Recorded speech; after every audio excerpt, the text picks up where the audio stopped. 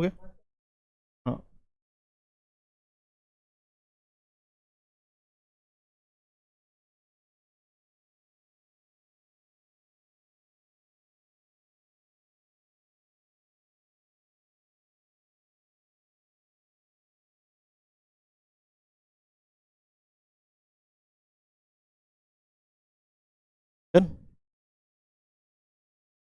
Last class में हम लोगों ने डायमेंशनल फॉर्मूला बनाना सीखा था। आप आए थे कल? लास्ट क्लास में शायद नहीं आए थे ना? तो कोई बात नहीं, हम स्टार्टिंग से समझेंगे एक बार फिर से कि डायमेंशनल फॉर्मूला क्या होता है और कैसे बनाते हैं। हम देख रहे थे, क्लास थी हमारी last, dimensional formula. Dimensional formula ये बहुत इंपॉर्टेंट टॉपिक है। यहाँ से हर बार प्रश्न बनते हैं परीक्षा में, जिसको हिंदी में कहा जाता है विमीय सूत्र। विमीय सूत्र अभी आप नहीं समझोगे, लेकिन अभी मैं एग्जांपल दूंगा ना तो फिर आप समझ जाओगे ये क्या होता है। तो कई बार आपने देखा होगा, इस तरह से लिखा रहता है फिजिक्स में, m0 L t-1। ऐसा देखा है कभी आपने? ml2t-1 ऐसा देखा हुआ है कभी? इसको बोलते हैं डायमेंशनल फॉर्मूला, है ना? अभी तक आप पढ़ते हुए आ रहे होगे, रटते हुए आ रहे होगे, लेकिन इसको हम बनाना सीखेंगे कि बनाते कैसे डायमेंशनल फॉर्मूला। ठीक है, तो इसको मैंने लास्ट क्लास में कुछ बताया था आपको कि जैसे मान लीजिए कभी भी लंबाई की बात हो, यानी कि लेंथ की बात जब भी होगी, लेंथ, अभी आप केवल समझेंगे, जब भी लेंथ की बात होगी वहां पर हम इस्तेमाल करेंगे एल। ठीक है, बस केवल समझते जाइए।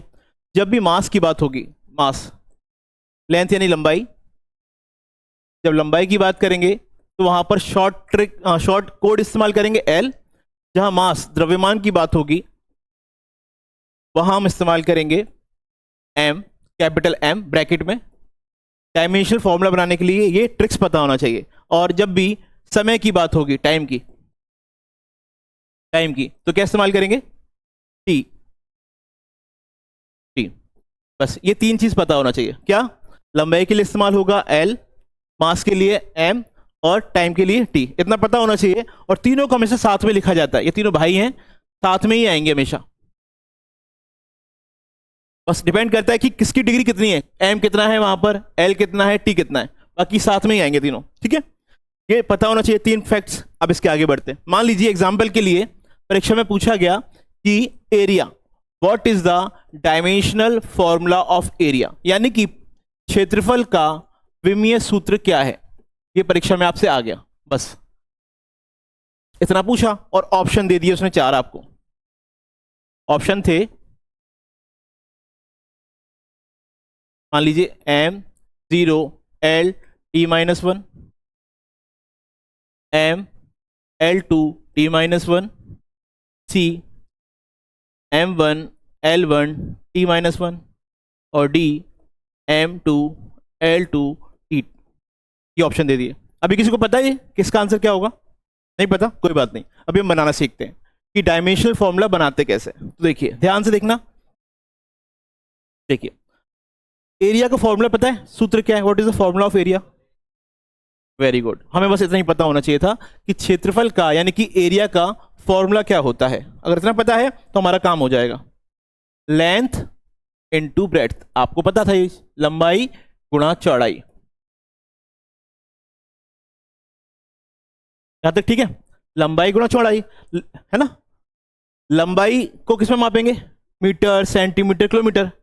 विड्थ यानी चौड़ाई किसमें मापेंगे? मीटर, सेंटीमीटर या किलोमीटर। यानी कि ये भी एक तरीके से लंबाई ही है ना? इसको भी मीटर में या सेंटीमीटर में या किलोमीटर में मापा जाएगा। और अभी आपसे मैंने कहा था पहले, थोड़ी देर पहले कहा है कि जब भी लंबाई की बात होगी वहां पे हम इस्तेमाल क्या करेंगे?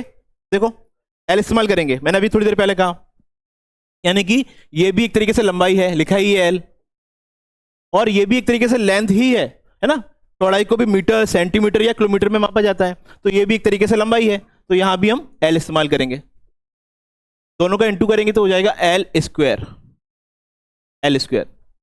और मैंने अभी कहा थोड़ी देर पहले कि तीनों भाई साथ में आते हैं हमेशा। तो देखो, यहां पर कहीं एम तो है नहीं, तो एम हो जाएगा यहाँ 0, ये वाला भाई की पावर 0 हो गई। लेकिन एल यहां पर है तो यहां हो जाएगा L2, और टी भी यहां कहीं नहीं दिख रहा हमको, तो ये हो जाएगा T0। ये हो गया इसका डायमेंशनल फॉर्मूला। या तो इसको इस तरह से भी लिख सकते हैं, ऑप्शन में आपको ये भी दिखेगा L2, या फिर ऐसे भी दिखेगा। दोनों ही सही है, दोनों ही सही आंसर है। दोनों ही सही आंसर है। तो क्या हुआ, ये ऑप्शन मैंने गलत बना दिया, 0 है और ये 0, तो कौन सा आंसर हुआ इसका, बी हो जाएगा, इसका सही आंसर हो जाएगा। ठीक है, अब ऐसे ही आप लोग एक और ट्राई करेंगे।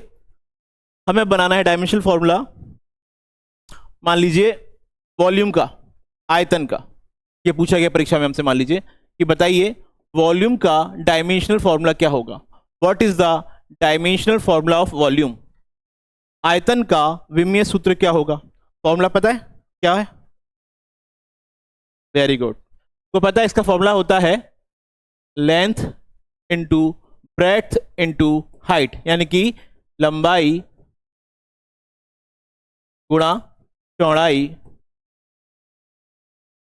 गुणा ऊंचाई, हिंदी में ऐसे बोलेंगे इसको।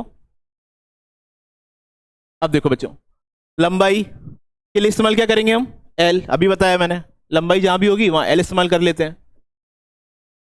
चौड़ाई भी एक तरीके से लंबाई है, क्योंकि इसको भी अगर आप बोलोगे ना कितना चौड़ा है, कितना सेंटीमीटर चौड़ा है, कितना मीटर चौड़ा है ना, ये भी एक तरीके से लंबाई ही डिनोट कर रहा है, तो यहां भी एल हो गया। और ऊंचाई, कितना मीटर ऊंचा है, कितना सेंटीमीटर ऊंचा है, ये भी एक तरीके से लंबाई ही है, तो यहां भी हम एल इस्तेमाल कर लेंगे। तो अभी क्या बन जाएगा, एल क्यूब हो गया ये, वेरी गुड। या तो ऐसे लिखो, एक तरीके से और लिख सकते हैं, बताओ कैसे, यहां पे एम दिख रहा है कहीं पे, नहीं है, तो ये हो जाएगा m0, एल दिख रहा है क्या, कितना है, टी दिख रहा है क्या, तो ये हो जाएगा z, ये भी इसका सही आंसर है। ये भी ऐसे भी डिनोट करेंगे और ऐसे भी, आ रहा है पर समझ में, अब रटना नहीं पड़ेगा हमको, अब समझ रहे हैं हम कि बनाते कैसे डायमेंशनल फॉर्मूला। ठीक है, अगला आप ट्राई कीजिए, अगला लीजिए। अब आप कोशिश करना एक बार, बने तो फिर मैं ट्राई कराऊंगा। अगला है, आपको बनाना है डेंसिटी का, डेंसिटी जिसको हिंदी में कहते हैं घनत्व।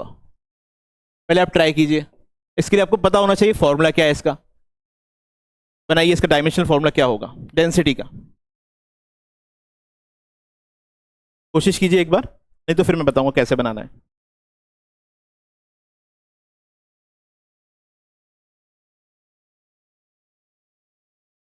फॉर्मूला पता है, नहीं पता ना, फॉर्मूला बताऊंगा तो काम चल जाएगा। चलो मैं आपको फॉर्मूला बताता हूं, इसका फॉर्मूला होता है मास अपॉन वॉल्यूम, बहुत सिंपल हो जाएगा अभी, जिसको हिंदी में कहेंगे द्रव्यमान बटे आयतन। अब तो तुम कर लोगे, अगर अभी नहीं करा तो फिर मुश्किल हो जाएगी। फॉर्मूला बता दिया मैंने, अब तो केवल ट्रिक्स लगाओ जो मैंने बताई थी। द्रव्यमान की बात होगी तो क्या लिखेंगे, mass upon volume. What is the dimensional formula of density, घनत्व का विमेय सूत्र क्या है, हम निकालने की कोशिश कर रहे हैं यहां पर।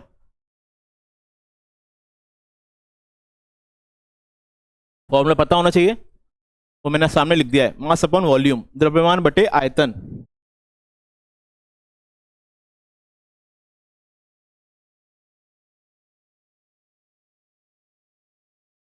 ऑप्शन दो या कर लोगे, m0 l0 t0, तीनों जीरो आ रहे हैं। चलो देखते हैं, एक आंसर आया है m0 l0 t0, मतलब तीनों कुछ है ही नहीं यहां पर, देखते हैं अभी आपका आंसर आया, जीरो तो नहीं,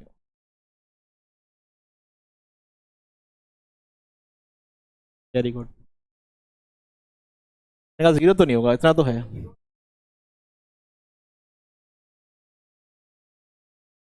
हम्म, चलो अब मैं बताता हूँ, तुमने थोड़ा थोड़ा नजदीक पहुंच रहे हो तुम लोग, लेकिन अब बिल्कुल एग्जैक्ट देखते हैं। देखो, मास, द्रव्यमान, मैंने अभी आपको बताया था थोड़ी देर पहले, जब भी द्रव्यमान की बात करेंगे हम लोग, जब भी द्रव्यमान की बात होगी तो वहां क्या लिखा जाएगा, देखो जरा बोर्ड पर, जब भी द्रव्यमान मास की बात होगी कैपिटल एम लिखते हैं, मैंने बताया था। ठीक है, जब भी द्रव्यमान की बात होगी वहां पर हम कैपिटल एम लिखते हैं, अभी बताया था, तो मैंने कैपिटल एम लिख दिया इसकी जगह, द्रव्यमान की जगह मैंने कैपिटल एम लिख दिया, आपने भी किया होगा। ठीक है, अब आयतन यानी कि वॉल्यूम का क्यों निकालने हैं, हमने भी निकाला था वॉल्यूम का थोड़ी देर पहले, देखो वॉल्यूम का अभी हमने निकाला था, क्या आया था, L3 आया था, अभी निकाला थोड़ी देर पहले, तो हमने अब दोबारा मेहनत क्यों करना, हमने सीधा यहाँ पर L3 लिख दिया, अभी निकाला थोड़ी देर पहले। अब देखो कि नीचे है, ऊपर जाके पावर माइनस हो जाएगी, इनवर्स में चली जाएगी पावर, m तो एज इट इज रहेगा क्योंकि वो ऊपर ही है, ये ऊपर जाएगा घूम के L-3, ये इसका आ गया आंसर। लेकिन अगर आपको बोल रहा है कि t की फॉर्म में भी चाहिए तो फिर t क्या हो जाएगा यहाँ पर, वेरी गुड, अब इसका आंसर या तो ये है सही, या फिर आप इसको m l-3 और t0, ये दोनों ही आंसर सही है। उन्होंने बोला ना कि m0 तो नहीं होगा, बिल्कुल सही बोला कि देखो m0 तो नहीं हो सकता, मास तो आ ही रहा है, तो इसका सही आंसर था m l-3 t0। और दोनों ही फॉर्म सही है, ऐसे भी लिख सकते हैं, दोनों ही सही है। वेरी गुड, एक और ट्राई कीजिए आप लोग, चलिए एक ट्राई कीजिए। आपको निकालना है डायमेंशनल फॉर्मूला स्पीड का। अब ये फॉर्मूला मत पूछना,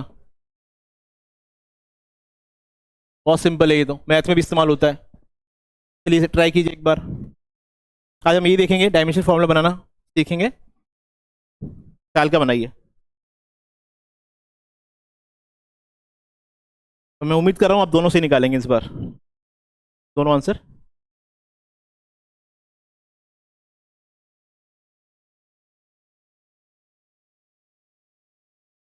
एक बार फिर से बोलेंगे, एम एम हाँ वो लिखो ना लिखो ठीक है, l0 t1, है ना। अगर 1 लिखे नहीं तब भी समझ में आता है ना, एम कोई दिक्कत नहीं, ऐसे भी लिख सकते हैं अगर आपका आंसर ऐसे आ रहा है तो। अभी मैं आंसर चेक नहीं किया, लेकिन आप अगर बोल रहे हो ये है तो अपन देख लेंगे अभी। आपका आया कुछ अभी, यही रहेगा। हाँ वेरी गुड, आपका फॉर्मूला आपको याद है इसलिए ये आसान हो जाएंगी। फॉर्मूला आपने बताया डिस्टेंस अपॉन टाइम, बिल्कुल सही था, जो कि डिस्टेंस अपॉन टाइम ये फॉर्मूला होता है स्पीड का। डिस्टेंस के लिए क्या इस्तेमाल करेंगे, वेरी गुड, है ना, मीटर किलोमीटर सेंटीमीटर जो भी हो, तो क्या इस्तेमाल करेंगे, एम या एल, एम या एल, पक्का सोचो, देखो दूरी है, एम करेंगे। अच्छा चलो आप बोलो एम करेंगे, देखते हैं। आप बोल रहे हो यहाँ पर एम करेंगे, ठीक है वेरी गुड, चलो। और टाइम के लिए ठीक ठीक, तो ये ऊपर जाके माइनस में हो जाएगा, एम टी इनवर्स, ये आपका आंसर है। ये बोल रहे आप लोग, लेकिन मैं बताता हूँ, देखो दूरी जो होती है ना, जैसे आपकी घर की दूरी कोचिंग से कितना होगी, 5 किलोमीटर दूर है, 10 किलोमीटर दूर है ना दूरी। तो मैंने अभी थोड़ी देर पहले आपको समझाया था यहाँ पर एक चीज,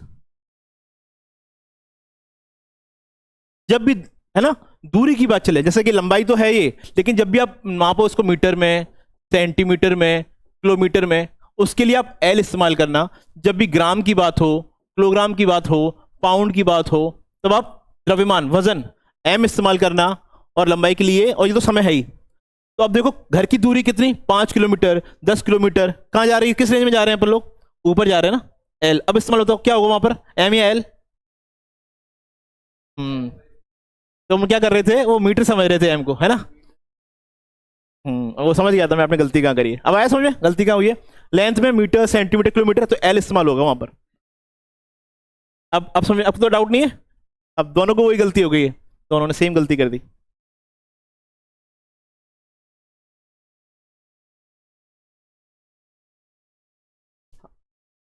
यही था। तो देखो अभी आपने ये निकाला, लेकिन मैं बोलूंगा ये आंसर गलत निकाला आपने। क्यों गलत निकाला, अब बताऊंगा, क्योंकि बस अब आप समझ चुके हो, आप समझ गए हो कि जब भी डिस्टेंस की बात होगी, दूरी की, वहां एल इस्तेमाल करते हैं, वहां एल इस्तेमाल करते हैं। तो ये अब ऊपर जाएगा तो ये हो जाएगा एल टी इनवर्स। इसको एक तरीके से और लिख सकते हैं, बताओ कैसे, कैसे कैसे बताओ। वेरी गुड, इसको ऐसे भी लिख सकते हैं, m0, क्योंकि यहां पर m तो कहीं दिखाई नहीं दे रहा, जो दिखाई नहीं देता वो 0 हो जाता है, और एल टी इनवर्स। अगर यहाँ पे कुछ भी नहीं लिखा ना एल के आगे, तो मान के चलते हैं यहाँ 1 लिखा हुआ है, ऐसा मान के चलते हैं, है ना, ये भी सही है, ऐसे भी लिख सकते हैं। आपने थोड़ी सी मिस्टेक की, बाकी आपका आंसर सही आया था, दोनों सही है। एक और ट्राई, आज आपको पूरी प्रैक्टिस कराएंगे इसी की अपन। एक और लिखिए, अगला है क्वेश्चन आपका, नेक्स्ट लिखिए, एक्सेलरेशन,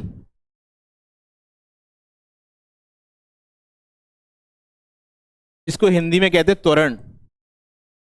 पहले आप कोशिश कीजिए, फिर मैं बताऊंगा कैसे करना। Change in velocity upon time, very good. मैं आपको दो फॉर्मूले लिखा देता हूं पहले, change in velocity upon time, वेग में परिवर्तन बटे समय, टाइम, वेग में परिवर्तन बटे समय। ये होता है इसका, ठीक है। और एक और लिख लीजिए, वेग का, वेलोसिटी का, इसका फॉर्मूला क्या होता है? डिस्टेंस या displacement upon time. Very good, displacement upon time. आप लोगों को याद है तो अच्छी बात है बच्चे, वरना बहुत से लोग भूल जाते हैं इसको, फॉर्मूलेस। अभी भी याद है तब से? बहुत बढ़िया, बहुत बढ़िया, शाबाश। तो ये होता है डिस्प्लेसमेंट अपॉन टाइम, जिसको हिंदी में कहते हैं विस्थापन बटे समय। विस्थापन बटे समय। चलो अब आपके सामने फॉर्मूला बना के देखो, कोशिश करो एक बार, किसका आंसर आता है देखते हैं। पहले इसका निकालो, चाहे भली इसका, दोनों का साफ निकालना है आंसर, दोनों को निकालिए। पहले इसका निकालोगे तो आपको आसान हो जाएगा, चीजें आसान हो जाएंगी अगर इसका पहले निकालते हो तो। वेग का सोचो, विस्थापन हुआ है, कोई चीज विस्थापित हुई है, कितना मीटर, कितना किलोमीटर, दिमाग लगाओ, सब चीज आसान हो रही है बहुत। देखो, डिस्प्लेसमेंट हुआ है, कोई चीज को डिस्प्लेस किया है, तो ग्राम में करेंगे डिस्प्लेस या मीटर में करेंगे भाई? वेरी गुड, मीटर में, है ना। अगर मैं इस पोडियम को डिस्प्लेसमेंट करूंगा तो 5 मीटर, 1 मीटर, 100 मीटर, ऐसे। वेरी गुड, शाबाश। डिस्प्लेसमेंट का भी सेम आ रहा है।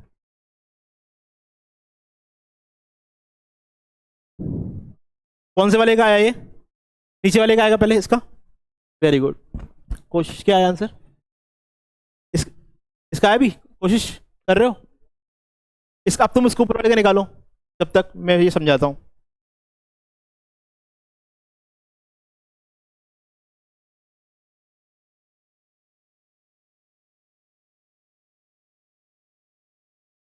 LT2 LT-2।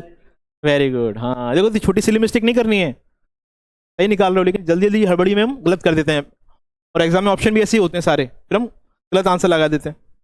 घर आके देखते तो हमारा क्वेश्चन गलत हो जाता है, अरे गलत लगा दिया जल्दबाजी में।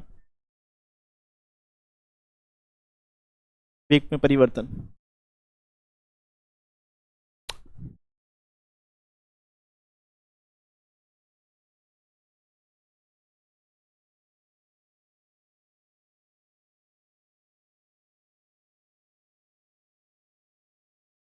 चलो अब बोर्ड पर देखेंगे सब लोग, सबने निकाला है, और निकल इसका नहीं आया कोई बात नहीं, हम लोग देखते हैं एक बार फिर से कि किया कैसे है।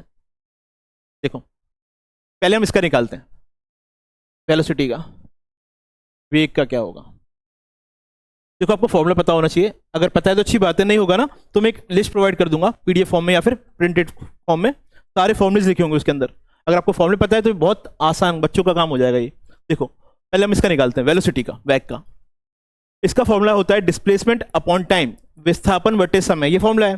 किसी भी चीज को विस्थापित करोगे ना, ये पोडियम है, इसको अगर मैं खिसकाऊंगा, विस्थापित करना, इस पोजीशन से शिफ्ट करके दूसरी पोजीशन पे रख देना, विस्थापन कर देना, तो मीटर में होगा या ग्राम में होगा, सोचो, है ना। कितना मीटर खिसका दिया मैंने इसको, यहां से वहां खिसका दिया, कितना मीटर खिसकाया। तो अगर मीटर में खिसकाएंगे तो क्या इस्तेमाल होगा?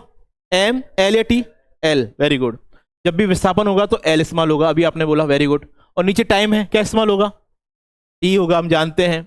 अब ये T ऊपर जाएगा इसके पास, जब इसके पास जाएगा तो ये हो जाएगा LT इनवर्स हो जाएगा। ये इसका डायमेंशन फॉर्मूला निकल के आ गया है। और अगर आपको उस फॉर्म में लिखना है जो तीनों भाई साथ में आते हैं, तो वैसे भी लिख दो भैया, M0 LT इनवर्स, लो ऐसे भी लिख दिया हमने, सॉरी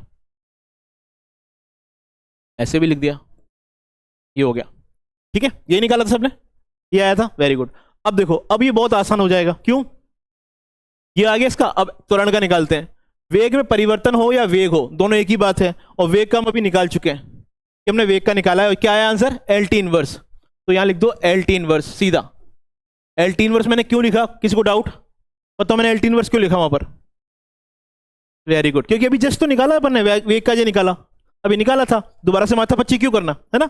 हमें याद था ये ऐसे निकाला था हमने, तो मैंने उसको उठाकर वेग की जगह लिख दिया है, बस केवल वहां से, यहाँ निकाला था वहां लिख दिया। और नीचे क्या आएगा? समय, टाइम आएगा, वेरी गुड, ये आएगा।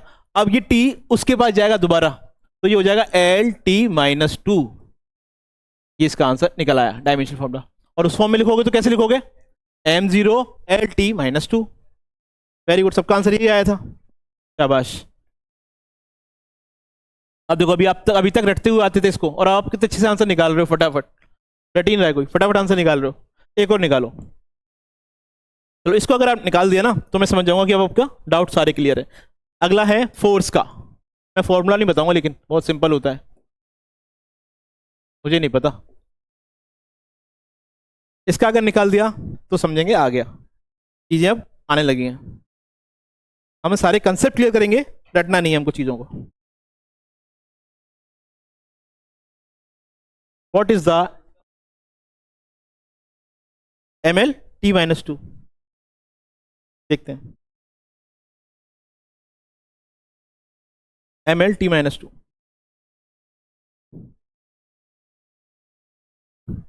तो पानी है क्या बोतल?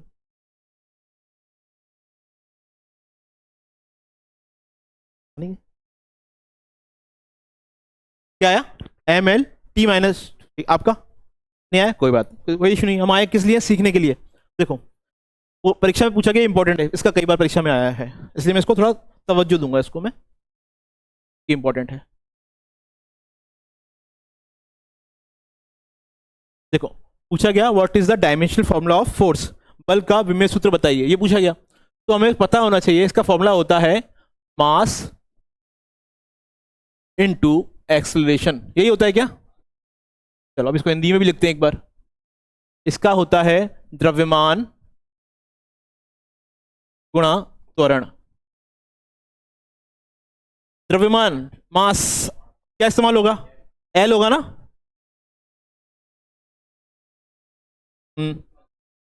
एम होगा पक्का? मुझे लग रहा है एल होगा।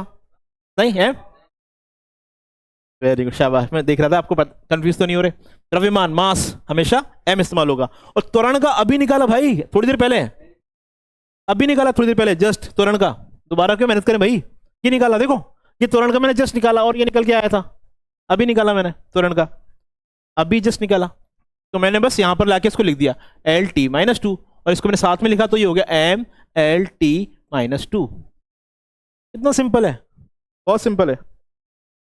ML t-2 क्यों रटेंगे हम, जब हमें समझ में आ गया कि बनाते कैसे हैं।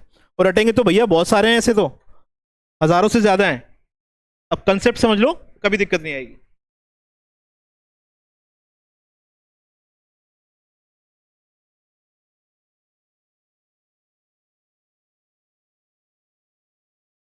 अब आ गया समझ में? अब तो रटोगे नहीं।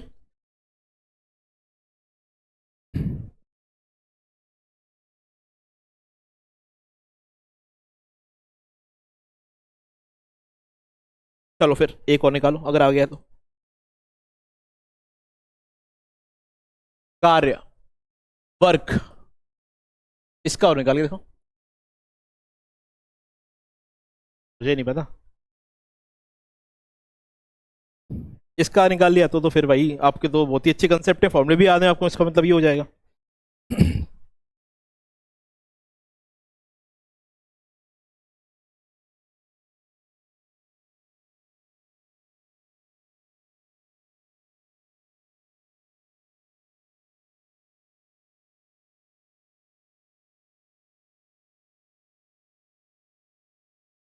फॉर्मूला याद नहीं आ रहा? मैं फॉर्मूला बताऊंगा तो कर लोगे पक्का? मैं फॉर्मूला बता देता हूँ। फॉर्मूला होता है बल, पहले हिंदी में लिख रहा हूँ फिर इंग्लिश में लिखूंगा। बस फॉर्मूला बता रहा हूँ, बाकी आपको पूरा कंसेप्ट क्लियर कर दिया है मैंने। फोर्स इनटू डिस्प्लेसमेंट, बस इससे ज़्यादा नहीं बताऊंगा। अब तो बहुत आसान हो गया काम। डिस्प्लेसमेंट है भैया, फोर्स है, दिमाग लगाओ। कुछ तो अपन निकाल भी चुके हैं इससे पहले, थोड़ी हेल्प मिल जाएगी वहां से।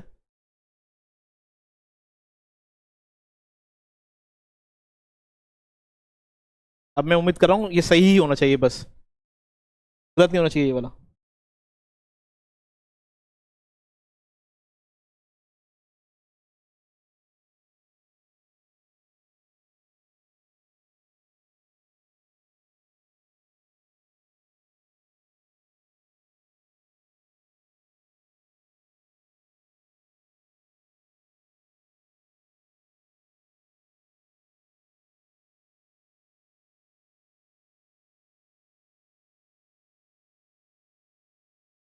M0 आ रहा है? चलो तुम्हारा। नहीं अभी मैंने नहीं बोला, सही है, दोनों अपने आंसर बोलो। आपका आया M0, मैं देख रहा हूँ, आपका आया M0। हाँ और तुम बोलो पीछे। m0 नहीं होगा। तुम पूरा बोलो तब भी, कोशिश करो एक बार। नहीं आ रहा, m0 नहीं होगा, इतना कंफर्म है लेकिन।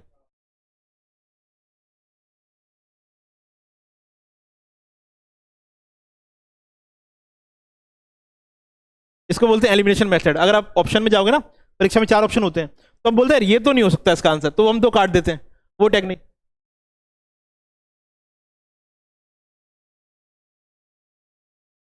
उसका आधा कंसेप्ट बहुत स्ट्रांग हो गया, वो तो कॉन्फिडेंस है कि ये तो सही नहीं हो सकता सर। देखो अब ध्यान से देखो, बल फोर्स का अभी अपन ने निकाला है, थोड़ी देर पहले क्या निकाला था?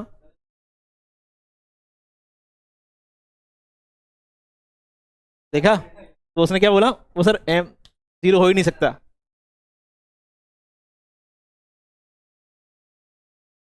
और तुमने आधा कंसेप्ट बहुत अच्छा पकड़ लिया है कि वहां तो 0 नहीं होगा। देखो मैं समझाता हूँ, बाकी सही था, बाकी सही था। पता क्या है, आगे चीज की कंसेप्ट क्लियर हो गया, आधा तुम्हारा क्लियर हो गया है। अब देखो ध्यान से देखना दोबारा से, फोर्स का अभी अपन ने निकाला था, क्या था इसका? देखो ये था, तुम भी देखो, ये था, ये तो एज इट इज निकाला था। डिस्प्लेसमेंट, वस्तु को खिसका देना, तो किसमें, ग्राम में, किलोग्राम में, या मीटर या सेंटी, तो उसके लिए क्या इस्तेमाल होता है? एल। एल होता है। देखो अब देखो, ये एल होता है। अब कुछ नहीं करना, दो सेम भाई मिल जाते हैं आपस में, ये एल यहाँ पर इससे मिलना चाहता है, इससे अपने भाई से मिलना चाहता है। जब एल है अपने भाई के पास आएगा ये, तो ये तो एज इट इज रहेगा, ये भाई इससे मिल जाएगा, तो ये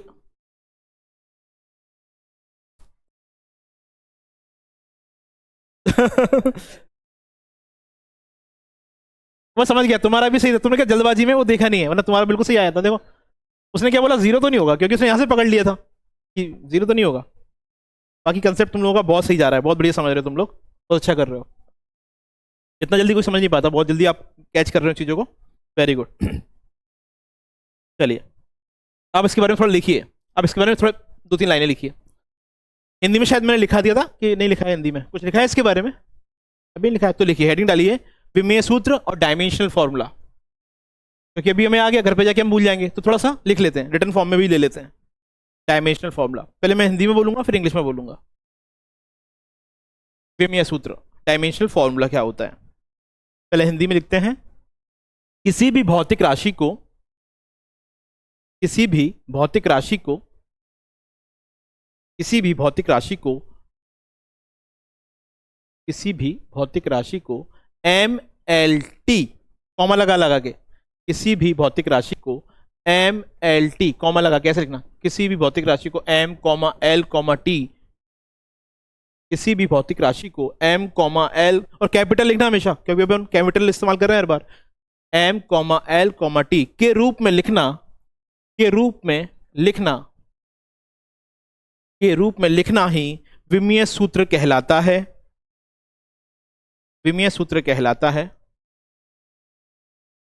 विमीय सूत्र कहलाता है, विमीय सूत्र कहलाता है, जहां जहां जहां जहां ऐसे करके और कॉमा लगा के, अब ये सारे 3 पॉइंट लिख दीजिए।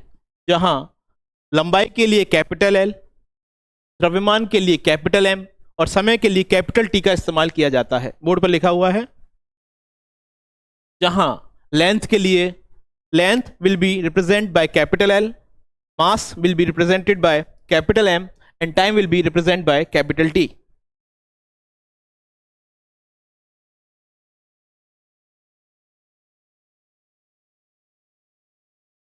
The representation of any physical quantity in the power of mLt is called dimensional formula, whereas the representation of any physical quantity, the representation of any physical quantity in the power of, in the power of, in the power of capital M, comma capital L, comma capital T, comma capital T is called dimensional formula, is called dimensional formula, formula where where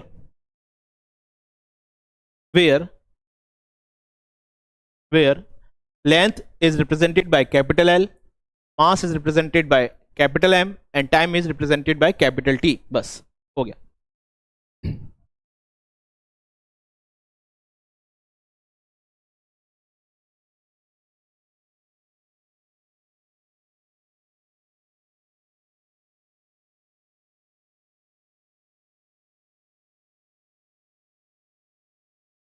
अब मैं आपको, अभी मैंने आपको 8-10 निकालना सिखाया है, अब मैं आपको 4-5 होमवर्क लिए दे रहा हूँ और कल मैं चेक करूंगा ये। तो इसमें लिखिए, होमवर्क में आपका लिखिए, आपको फाइंड आउट करना है डायमेंशनल फॉर्मूला किस किस का। मैं आपको होमवर्क दे रहा हूँ, आपको निकालना है टेम्परेचर का, ये आपको होमवर्क है, अगली क्लास में चेक होगा। टेम्परेचर का क्या होगा? तापमान, तापमान का निकालना है, ठीक है। आपको निकालना है इसके अलावा गुप्त ऊष्मा का, लेटेंट हीट, गुप्त ऊष्मा जिसको हम बोलते हैं लेटेंट हीट। अगर फॉर्मूला नहीं आया तो आप देख सकते हो, लेकिन बाकी आपको खुद से करना है। अगला आपको निकालना है विशिष्ट ऊष्मा का, स्पेसिफिक हीट बोलते हैं इसको, और मैं चेक करूंगा अगली क्लास में इसको, स्पेसिफिक हीट। स्पेसिफिक हीट, ये 3 देखिए, ये आपके होमवर्क है, बस ये ठीक है, ये 3 आपको होमवर्क के लिए दिया गया है। तापमान,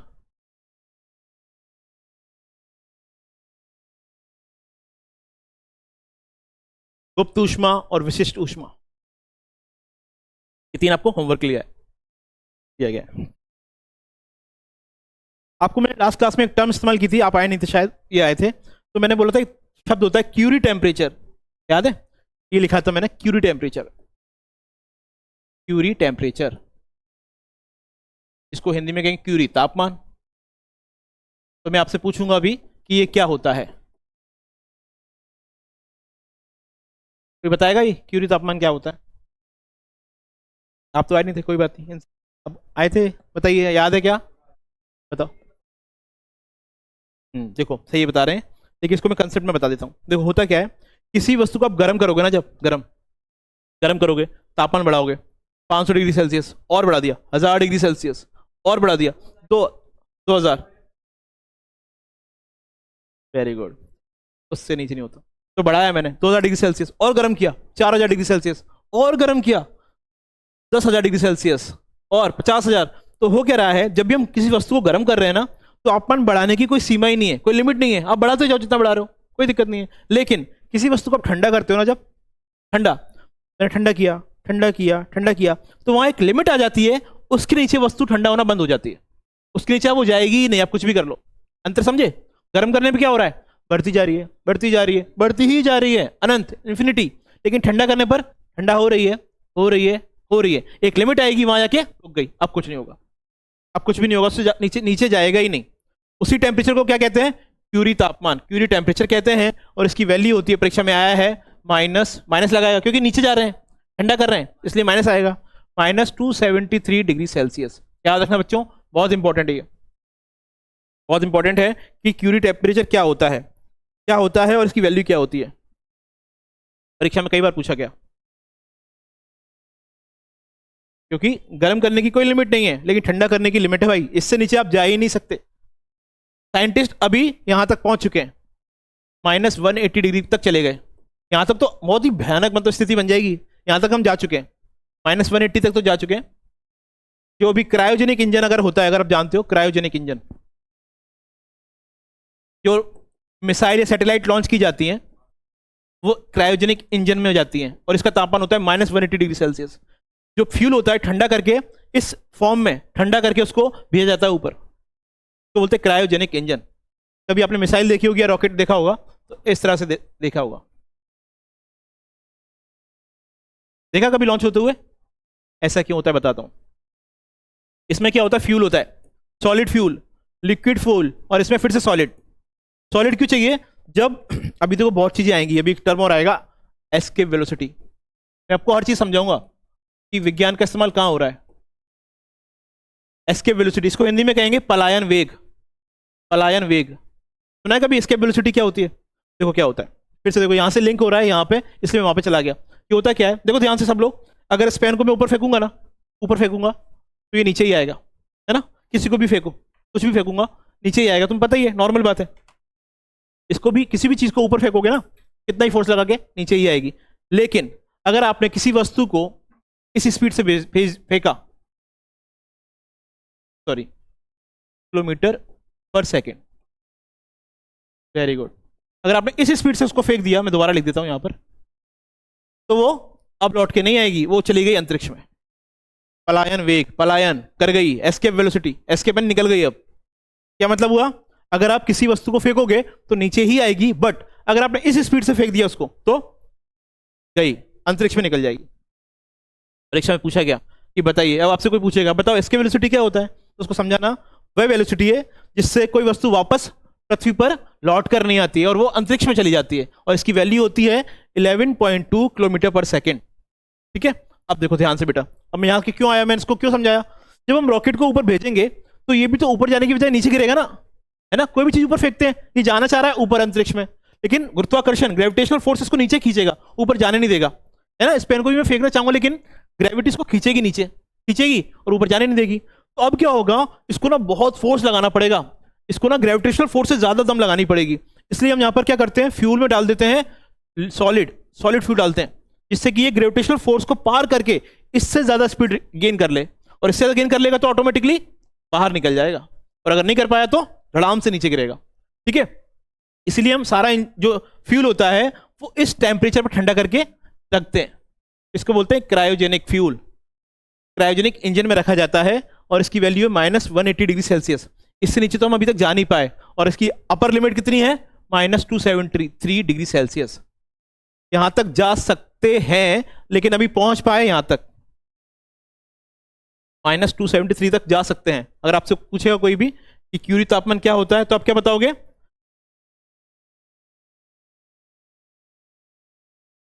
इससे ज्यादा नीचे ठंडा हो ही नहीं सकता। इसकी वैल्यू क्या है,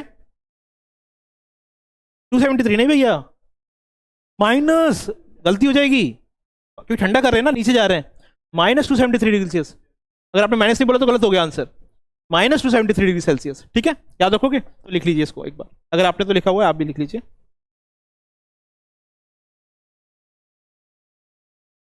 वह न्यूनतम तापमान, that minimum temperature, that minimum temperature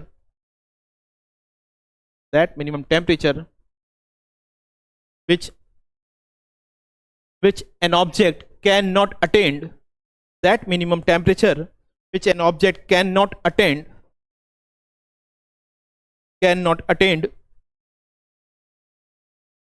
is called Curie temperature, and its value is called Curie temperature, and its value is, इसका मान होता है, and its value is -273 degree Celsius, and its value is -273 degree Celsius. आप बताओ, अगर दूरी को मापना है तो सबसे बड़ी यूनिट क्या है, सबसे बड़ी, अगर आपको दूरी मापना है, आप भी बताओ पहले, किलोमीटर बुलाना है, आप बताओ सबसे बड़ी, इससे बड़ी तो हो ही नहीं सकती। और किलोमीटर आपने बोला, अगर मुझे यहां से चांद की दूरी मापनी है,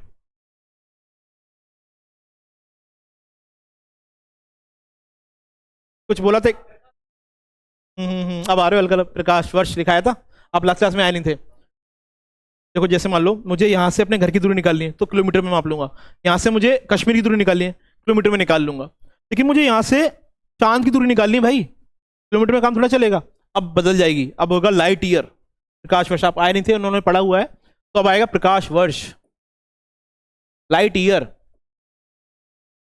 ये दूरी है। देखो यहाँ पर क्या है, लोग समझते क्या है, वर्ष लगा है तो यूनिट होगी टाइम की, लेकिन नहीं, ये यूनिट है इसकी, डिस्टेंस की। यहां से दूरी मापनी है चांद तक की, प्रकाश वर्ष, इसको बोलते हैं लाइट ईयर। इसकी डेफिनेशन होगी, प्रकाश द्वारा एक वर्ष में तय की गई दूरी को प्रकाश वर्ष कहते हैं, और इसकी वैल्यू क्या होती है, 9.46 इंटू 10⁻50 मीटर। क्या यही होती है क्या, पीछे देखो, प्रकाश वर्ष की वैल्यू यही होती है क्या, एक लाइट ईयर की वैल्यू 9.46 इंटू 10⁻50 मीटर, प्रकाश वर्ष, लाइट ईयर।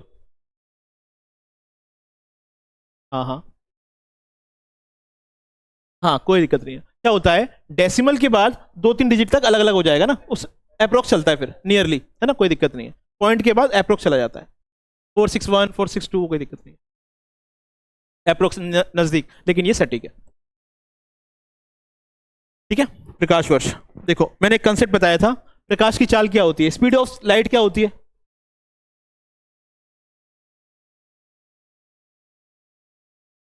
रिफ्लेक्शन रिफ्लेक्शन में, ठीक है, लेकिन उसकी वैल्यू भी होती है।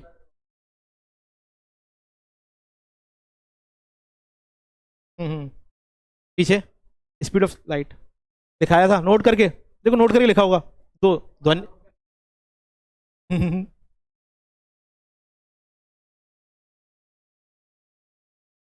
ये एमस्ट्रॉन्ग लिखा है मैंने, दो तीन चीजें नोट करके लिखाई थी, देखो मैंने इनको बताया था, दो चीजें बताई थी, प्रकाश की चाल बताई थी, स्पीड ऑफ लाइट ये होती है बेटा 3 × 10⁸ मीटर पर सेकेंड, ये होती है प्रकाश स्पीड ऑफ लाइट। और ध्वनि की चाल स्पीड ऑफ साउंड अगर आपसे बोले कोई 332 मीटर पर सेकेंड, ये बच्चों याद रखना है ना, ये भूलना नहीं, speed of light speed of sound ये दो भूलना नहीं है ना, कभी आपसे कोई पूछे तो भूलना मत, ये बहुत बेसिक चीज है फिजिक्स में, ध्वनि की चाल, speed of sound and speed of light दोनों ही इंपॉर्टेंट है, speed of light and speed of sound. ठीक है, बताओ किसकी वैल्यू ज्यादा है, कौन तेज है? साउंड ज्यादा है, आप बताओ भाई साहब, 0.8 लगे हुए हैं, इसको अगर मैं अब देखूँ ना, देखो आप ऐसे देख रहे हो इसको, अब मैं इसको लिखता हूँ इस तरह से, इसको मैं ऐसे लिख देता हूँ 1 2 3 4 5 6 7 8, देखो 8 0, अब गिनो यहाँ से, अब ये इतना है और ये 332 है मात्र, कौन ज्यादा भाई? कोई कंपैरिजन ही नहीं है, कोई कंपैरिजन नहीं है, बहुत ज्यादा है, बहुत ज्यादा। और मैंने एग्जांपल दिया था, जब बिजली चमकती है आसमान में तो पहले हमको दिखाई देती है चमकती हुई, फिर आवाज आती है थोड़ी देर बाद, नोटिस किया कभी? चमकेगी वो दिखाई देगी, फिर थोड़ी देर बाद आवाज आती है, ऐसा क्यों होता है? क्योंकि प्रकाश की चाल बहुत तेज है, बहुत जल्दी दिखाई देती है, लेकिन ये धीरे धीरे आती है, तो धीरे देर से सुनाई देती है वो हमेशा, कभी नोटिस करना, ये चमकेगी ना तो दिखाई पहले देगी और आवाज बाद में आती है, क्योंकि स्पीड में डिफरेंस है, देख लो ये बहुत ज्यादा है और ये बहुत कम है, 332 ही है ये तो, केवल याद रखोगे? ठीक है, चलिए ठीक है, आज की क्लास को यहीं समाप्त करते हैं, इसके आगे हम अगली क्लास में देखेंगे।